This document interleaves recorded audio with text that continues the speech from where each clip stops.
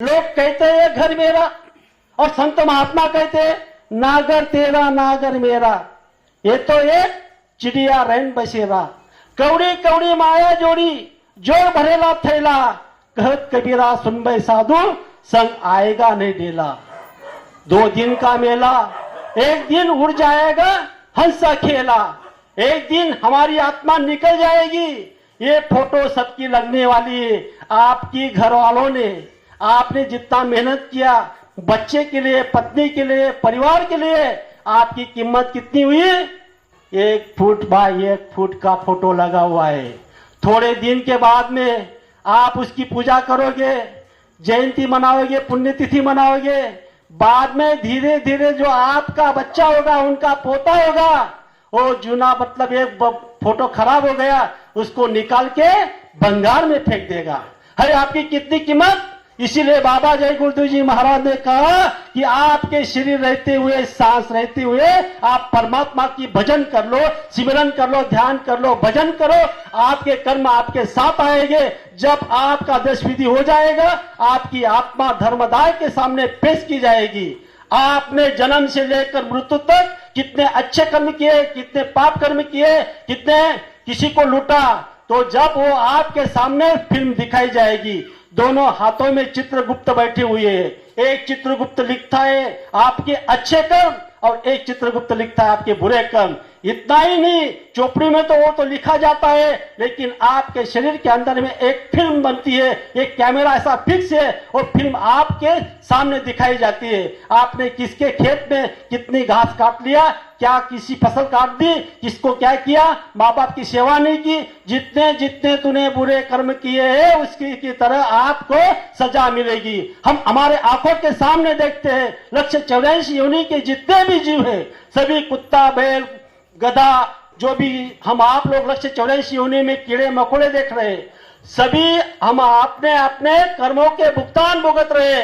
इसीलिए बाबा जय गुरुदेव जी महाराज तिल मिला रहे और सभी को आगाह कर रहे कि अब की बार आप समझ जाओ। और बाबा जय गुरुदेव जी महाराज ने इस पृथ्वी के अंदर में, धरती पर बहुत बड़ा जय गुरुदेव नाम का जहाज लगाया हुआ है। बाबा जय गुरुदेव जी महाराज ने कहा कि इस जय गुरुदेव नाम के जहाज पर जब आपको बैठना है तो आपको क्या करना है। बाबा जी ने जो छोपे छोपे जो वचन बताए हुए, शाकाहारी रहना, माँ बाप की सेवा करना, अच्छे कर्म करना, अगर आपने इस बात को मान लिया तो आप उस जहाज पर बैठ जाओगे, नामदान ले लोगे तो उस जहाज पर बैठ जाओगे, जय गुरुदेव नाम लोगे, उनके आदेश की पूर्ति करोगे। तो बाबा जय गुरुदेव जी महाराज ने कहा कि धरती के ऊपर में मैंने इतना बड़ा जहाज लगाया है, सभी धरती के जो उस जहाज पर बैठ जाएंगे, फिर भी एक कुर्सी, एक चेयर खाली रहेगी।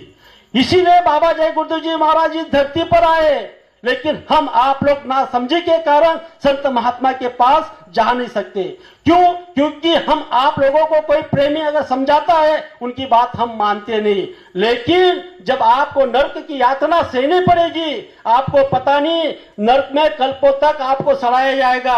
आप मांस खाओगे, शराब पियोगे, माता पिता की सेवा नहीं करोगे, तो कल्प किसको कहते हैं? तो बाबा जय गुरुदेव जी महाराज ने कहा कलयुग, द्वापर युग, त्रेता युग और सतयुग, 4 युग मिलके एक चौकड़ी होती है।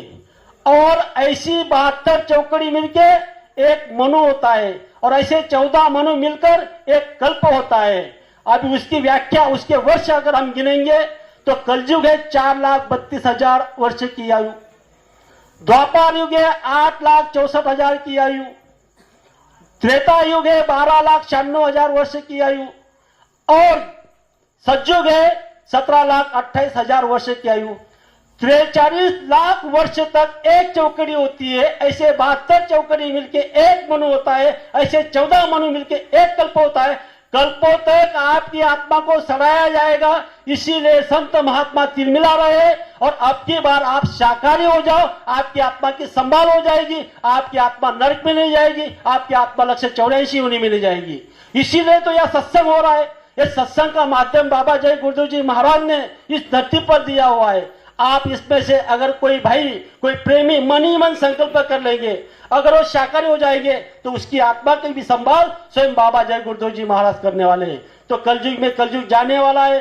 कलयुग में सतयुग आने वाला है। तो बाबा जय गुरुदेव जी महाराज ने पूरे धरती पर आवाज लगा दी है। तो आप सभी लोग परिचित है, समझदार है, समझदारी से अगर आप काम कर लोगे तो आपका काम हो जाएगा। बाबा जय गुरुदेव जी महाराज इस धरती पर ऐसे मसीहा बनकर आए हुए हैं।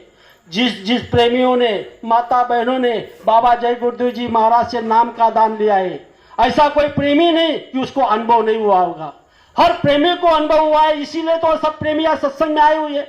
जरा विचार करो, जरा बुद्धि से काम करो, साथ में कुछ आने वाला है नहीं, एक तिनका भी आपके साथ में आने वाला नहीं। ये फोटो देख रहे हो पंडनाथ पुरा पाटिल, ये क्या लेकर गए? कुछ भी नहीं लेकर गए, एक तिनका भी लेकर नहीं गए। सांस की पूंजी खत्म हो गई, शरीर छोड़ दिया। आप 8 दिन 10 दिन रहोगे, आप 10 हो जाएगा, 1 साल तक रहोगे, बाद में इनको भूल जाओगे। वैसी